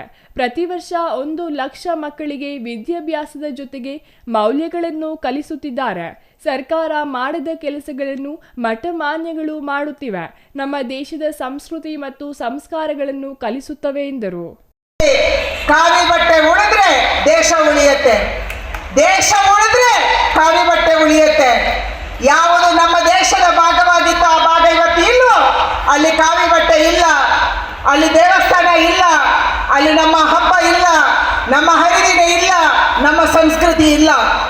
ಅದಕ್ಕಾಗಿ ದೇಶವನ್ನು ಉಳಿಸ್ಕೋಬೇಕು. ದೇಶದ ಜೊತೆ ನಮ್ಮ ಆಚಾರ ವಿಚಾರವನ್ನ, ನಮ್ಮ ಕಾವಿ ಬಟ್ಟೆ ಸ್ವಾಮೀಜಿಗಳನ್ನ ಉಳಿಸ್ಕೊಳ್ಳೋದು ಮತ್ತು ಅವರಿಗೆ ಗೌರವ ಕೊಡೋದು ಆಗಬೇಕಾಗಿದೆ. ನಮ್ಮ ಜೊತೆ ನಮ್ಮ ಮಕ್ಕಳನ್ನ ನಾವು ಕರ್ಕೊಂಡು ಬರಬೇಕು. ಯಾವ ಭಕ್ತಿಯನ್ನ, ಯಾವ ಶ್ರದ್ಧೆಯನ್ನ ಸುತ್ತೂರು ಮಠಕ್ಕೆ ಮತ್ತು ಬೇರೆ ಮಠಾಧೀಶರಿಗೆ ಇವತ್ತು ನೀವು ತೋರಿಸ್ತಾ ಇದ್ದೀರಾ, ಮುಂದಿನ ಪೀಳಿಗೆ, ನಮ್ಮ ಮಕ್ಕಳು ಕೂಡ ಈ ಶ್ರದ್ಧೆಯನ್ನ, ಈ ಭಕ್ತಿಯನ್ನ ಮಠಗಳಿಗೆ, ನಮ್ಮ ಕಾವಿ ಮಠಕ್ಕೆ ತೋರಿಸುವಂಥದ್ದು ಆಗಬೇಕಾಗಿದೆ. ಅದಕ್ಕಾಗಿ ನಾವು ಮಾತ್ರ ಅಲ್ಲ, ನಮ್ಮ ಮಕ್ಕಳಿಗೆ ಕೂಡ ಈ ರೀತಿಯ ಶ್ರದ್ಧೆಯನ್ನ ಬೆಳೆಸುವಂತ ಕೆಲಸವನ್ನ ನಾವೆಲ್ಲರೂ ಕೂಡ ಮಾಡೋಣ. Kumar, CTV news, Nanjangud.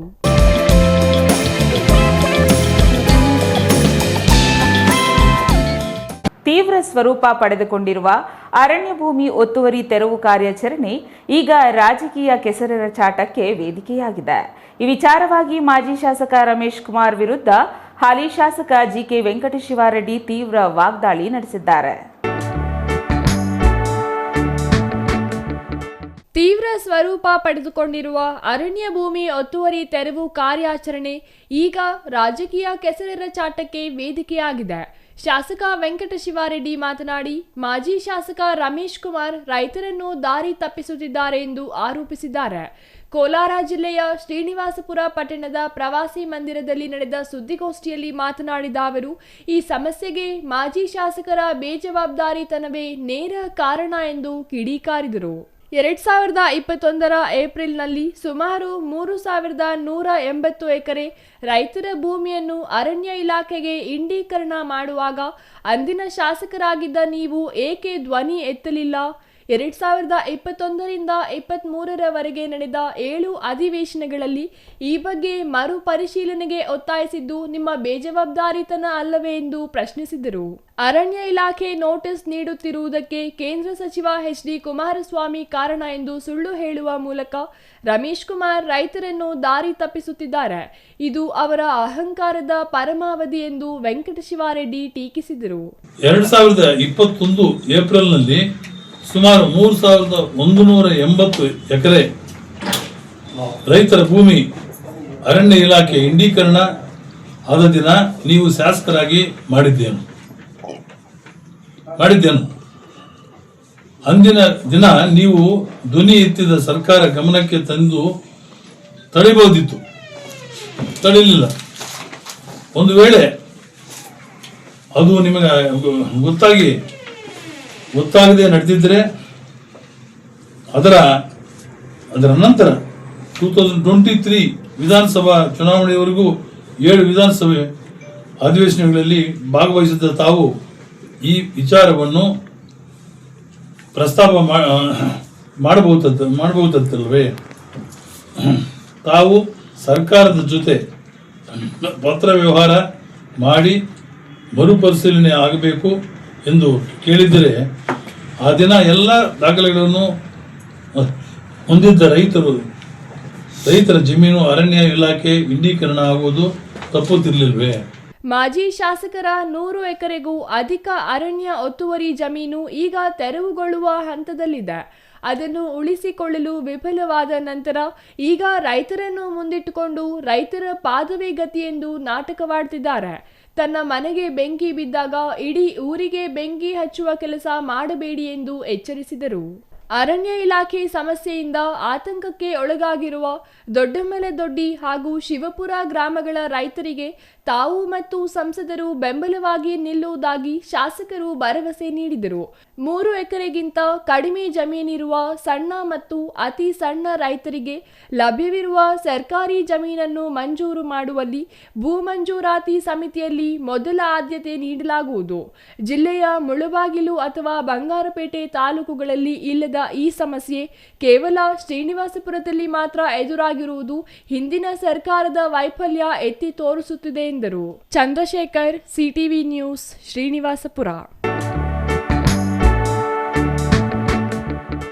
ಗುಡಿಬಂಡೆ ಪಟ್ಟಣದ ಪಿಎಂ ಶ್ರೀ ಸರ್ಕಾರಿ ಶಾಲೆಯಲ್ಲಿ ಇಂದು ವಿಶೇಷ ಕಾರ್ಯಕ್ರಮ ಆಯೋಜಿಸಲಾಗಿತ್ತು. ಕಾರ್ಯಕ್ರಮದ ಅಂಗವಾಗಿ ಪಟ್ಟಣದ ಪ್ರಮುಖ ರಾಜಬೀದಿಯಲ್ಲಿ ವಿದ್ಯಾರ್ಥಿಗಳು ಬ್ಯಾಂಡ್ ಸೆಟ್ ಹಾಗೂ ಕಳಶ ಹೊತ್ತು ಮೆರವಣಿಗೆ ನಡೆಸಿದರು.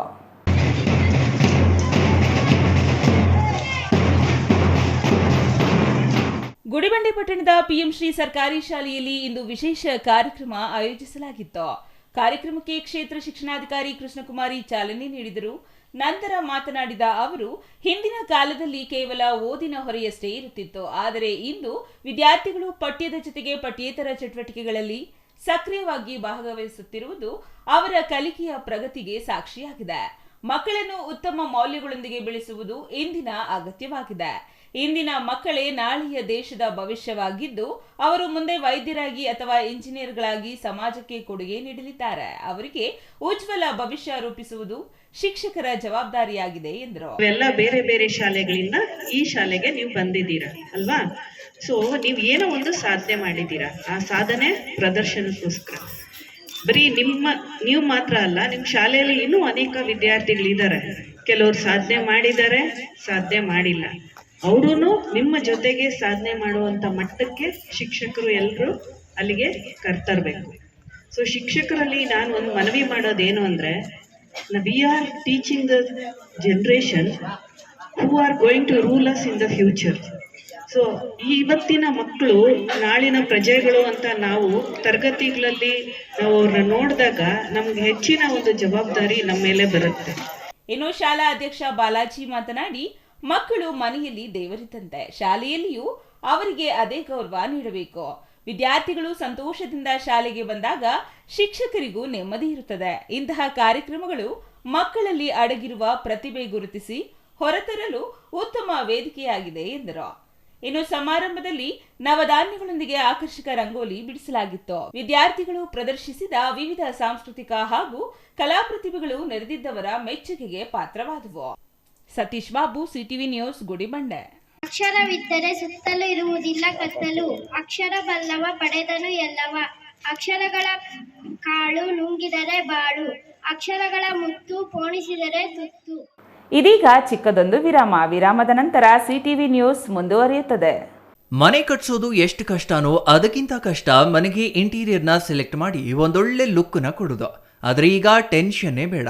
ರಾಮೂಸ್ ಅರ್ಬನ್ ಲಿವಿಂಗ್ ಸ್ಟುಡಿಯೋ ಇದು ಲೊಕೇಟ್ ಆಗಿರೋದು ಯಲಹಂಕ ನ್ಯೂ ಟೌನ್, ಬೆಂಗಳೂರು. ಇಲ್ಲಿ ನಿಮಗೆ ಇಂಟೀರಿಯರ್ನಲ್ಲಿ ಎಲ್ಲ ರೀತಿಯ ಸೊಲ್ಯೂಷನ್ ಕೊಟ್ಟು ಕಾನ್ಸೆಪ್ಟ್ ಡಿಸೈನಿಂದ ಫೈನಲ್ ಇನ್ಸ್ಟಾಲೇಷನ್ವರೆಗೂ ನಿಮಗೆ ತಿಳಿಸ್ಕೊಡ್ಲಾಗುತ್ತೆ. ಇವರದ್ದೇ ಓನ್ ಮ್ಯಾನುಫ್ಯಾಕ್ಚರಿಂಗ್ ಯೂನಿಟ್ ಇರೋದ್ರಿಂದ ನಿಮಗೆ ಬೇಕಾದಂಥ ಪ್ರಾಡಕ್ಟ್ನಿಂದ ಇಂಟೀರಿಯರ್ ಮತ್ತು ಫರ್ನಿಚರ್ಸ್ 10 years ವಾರಂಟಿಯೊಂದಿಗೆ ಮಾಡಿಕೊಡ್ತಾರೆ. ಲೇಟೆಸ್ಟ್ ಟ್ರೆಂಡ್ಗೆ ತಕ್ಕ ಹಾಗೆ acrylic kitchen, U shape, L shape, straight kitchen, G shaped kitchen layouts ಮಾಡಿಕೊಡ್ತಾರೆ. ಇನ್ನು ವಾರ್ಡ್ರೋಬ್ ವಿಷಯಕ್ಕೆ ಬಂದರೆ ಅದೆಷ್ಟು varieties, sliding wardrobes, fitted, customised 2 door, 3 door, 4 doors wardrobes, walk-in wardrobes, single, concealed, transparent glass, acrylic wardrobes, open wardrobes, corner wardrobes ಅಂತ basic to advance ಎಲ್ಲ varieties ಇವೆ. ಹಾಗೆ ನಿಮ್ಮಿಷ್ಟದ wardrobe finishing options ಕೂಡ ಇದೆ. Decorative, laminate finish, leather finish, glass, MDF, roasted glass, mirror, particle board ಅಂತ ನಿಮ್ಮ taste ಹಾಗೆ ಕ್ರಿಯೇಟಿವಿಟಿಗೆ ತಕ್ಕಂತೆ ಎಲ್ಲಾನು ಡಿಸೈನ್ ಮಾಡಿಕೊಡ್ತಾರೆ. ಡಿಸೈನಿಂದ ಡೆಲಿವರಿ, ಡ್ಯೂರಬಿಲಿಟಿವರೆಗೂ ಎಲ್ಲದರಲ್ಲೂ ಎಚ್ಚರಿಕೆ ವಹಿಸ್ತಾರೆ. ಕ್ವಾಲಿಟಿಯಲ್ಲಿ ಕಾಂಪ್ರಮೈಸೇ ಇಲ್ಲ. ನಿಮಗೆ ಬೇಕಾಗಿರೋ ಒಳ್ಳೆ ಔಟ್ಪುಟ್ ಕೊಡಲಾಗುತ್ತೆ. ನೀವು ನಿಮ್ಮ ಮನೆಗೆ ಒಂದೊಳ್ಳೆ ಇಂಟೀರಿಯರ್ ಸೆಟಪ್ ಮಾಡಿಸೋದಾದ್ರೆ ಸ್ಕ್ರೀನ್ ಮೇಲೆ ಕಾಣಿಸ್ತಾ ಇರೋ ನಂಬರ್ಗೆ ಕಾಂಟ್ಯಾಕ್ಟ್ ಮಾಡಿ. ಹಾಗೆ ವಿಸಿಟ್ ಮಾಡಿ Ramu's urban living studio, Yelahanka, new town, Bengaluru.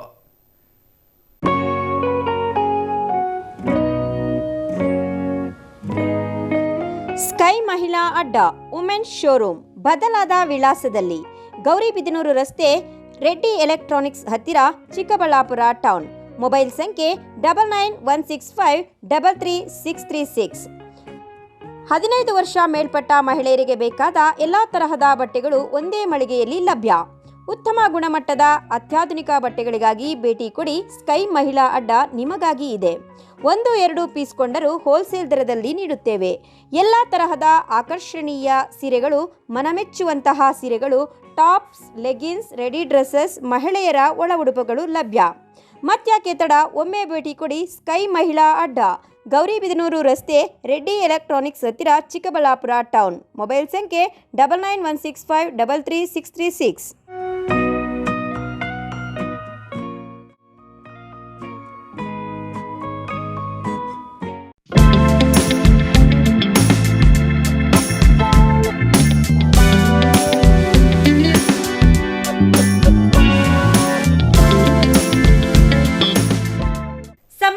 ವೀಕ್ಷಕರಿಗೆ ರಾಮೋಸ್ ಫರ್ನಿಚರ್ ರವರಿಂದ ಹೊಸ ವರ್ಷ ಮತ್ತು ಸಂಕ್ರಾಂತಿ ಹಬ್ಬದ ಶುಭಾಶಯಗಳು. ಈ ಹೊಸ ವರ್ಷ ಮತ್ತು ಸಂಕ್ರಾಂತಿ ಹಬ್ಬದ ಸಂದರ್ಭದಲ್ಲಿ ನಿಮ್ಮ ಮನೆಯೊಳಗೆ ಆರಾಮ ಮತ್ತು ಸೌಂದರ್ಯವನ್ನ ತರಲು ಸಮಯ ಬಂದೇ ಬಿಟ್ಟಿದೆ. ರಾಮೋಸ್ ಫರ್ನಿಚರ್ಸ್ ನಿಮಗಾಗಿ ತಂದಿದೆ ಪ್ರೀಮಿಯಂ ಫರ್ನಿಚರ್ ಮೇಲೆ ಫ್ಲಾಟ್ %20 ರಿಯಾಯಿತಿ. ಸುಂದರವಾಗಿ ವಿನ್ಯಾಸಗೊಳಿಸಿದ ಸೋಫಾಗಳು, ಆಧುನಿಕ ಫರ್ನಿಚರ್ ಮತ್ತು ಆಕರ್ಷಕ ಇಂಟೀರಿಯರ್ಸ್, ಆರಾಮಕ್ಕಾಗಿ ವಿನ್ಯಾಸ, ದೈನಂದಿನ ಬದುಕಿಗಾಗಿ ನಿರ್ಮಾಣ. ಈ ಹಬ್ಬದ ಸಮಯದಲ್ಲಿ ಗುಣಮಟ್ಟ ಮತ್ತು ವಿಶ್ವಾಸದೊಂದಿಗೆ ಸಂಭ್ರಮಿಸಿ. ಆದರೆ ತಡ ಮಾಡಬೇಡಿ, ಈ ವಿಶೇಷ ಆಫರ್ ಸಂಕ್ರಾಂತಿವರೆಗೆ ಮಾತ್ರ. ರಾಮೋಸ್ ಫರ್ನಿಚರ್ಸ್ಗೆ ಭೇಟಿ ನೀಡಿ. ಈ ಹಬ್ಬದ ಕಾಲದಲ್ಲಿ ಆಫರ್ಸ್ ಅನ್ನ ಮತ್ತೆ ಮಿಸ್ ಮಾಡ್ಕೋಬೇಡಿ. ಹೆಚ್ಚಿನ ಮಾಹಿತಿಗೆ ಸಂಪರ್ಕಿಸಿ 6361730543, 8660423443, 9845527729.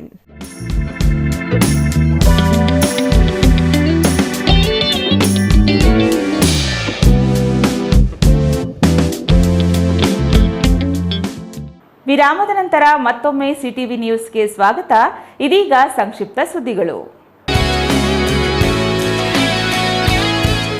ಆದಿ ಜಗದ್ಗುರು ಶ್ರೀ ಶಿವರಾತ್ರೀಶ್ವರ ಶಿವಯೋಗಿಗಳವರ ಜಾತ್ರೆ ಮಹೋತ್ಸವದಲ್ಲಿ ಶನಿವಾರ ಬೆಳಗ್ಗೆ 11ಕ್ಕೆ ಪೂಜೆ ಸಲ್ಲಿಸಿ ರಥೋತ್ಸವ ವಿಜೃಂಭಣೆಯಿಂದ ನೆರವೇರಿತು. ರಥೋತ್ಸವಕ್ಕೆ ಸುತ್ತೂರು ಶ್ರೀಗಳು ಜಗದ್ಗುರು ಶ್ರೀ ಶಿವರಾತ್ರಿ ದೇಶಿಕೇಂದ್ರ ಸ್ವಾಮೀಜಿಗಳು ಚಾಲನೆ ನೀಡಿದರು. ಸುತ್ತೂರು ರಥೋತ್ಸವವನ್ನ ನೋಡಲು ಆಗಮಿಸಿದ್ದ ಲಕ್ಷಾಂತರ ಜನ ರಥೋತ್ಸವಕ್ಕೆ ಹಣ್ಣು ದವನ ಎಸೆದು ಪುನೀತರಾದರು. ಜಾತ್ರೆ ಮಹೋತ್ಸವದಲ್ಲಿ ಜಾನಪದ ಕಲಾ ತಂಡಗಳು ನಾದಸ್ವರ, ವೀರಗಾಸೆ, ಡೊಳ್ಳು ಕುಣಿತ, ಜಾಂಜ್ ಮೇಳ, ಪೂಜಾ ಕುಣಿತ, ಗಾರುಡಿ ಗೊಂಬೆ, ತಮಟೆ, ನಗಾರಿ, ಮ್ಯೂಸಿಕ್, ಡ್ರಮ್ಸ್, ಕೋಲಾಟ, ಮರಗಾಲು, ಕಂಸಾಲೆ, ದಾನಪಟ, ವೀರಮಕ್ಕಳ, ತಮಟೆ, ಮಹಿಳಾ ಪುರುಷರು ಚೆಂಡೆ, ದಾಳಪಟ, ಕರಡಿ ಮಜಲು, ಸುಗ್ಗಿ ಕುಣಿತ, ಗೋರವರ ಕುಣಿತ, ನಾಸಿಕ್ ಡ್ರಮ್ಸ್, ಹುಲಿವೇಷ, ಜಾನ್ಪತಕ್ ಸೇರಿದಂತೆ ಒಟ್ಟು 33 ತಂಡಗಳು ಸಾಂಸ್ಕೃತಿಕ ವೈಭವ ನಡೆಸಿಕೊಟ್ಟವು. ಕೊನೆಯದಾಗಿ ಮತ್ತೊಮ್ಮೆ ಮುಖ್ಯಾಂಶಗಳು.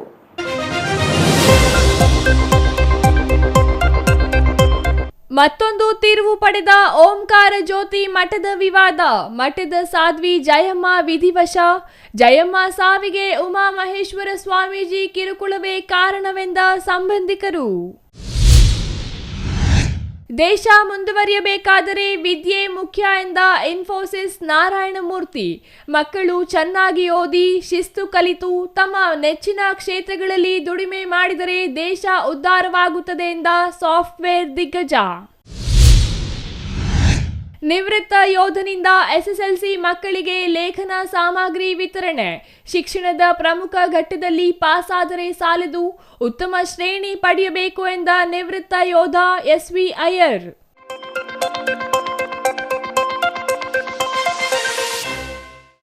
ಇದಿಷ್ಟು ಈ ದಿನದ ಸುದ್ದಿ. ನೋಡ್ತಾ ಇರಿ ಸಿಟಿವಿ ನ್ಯೂಸ್, ಇದು ನಿಮ್ಮ ಜೊತೆಗಾರ.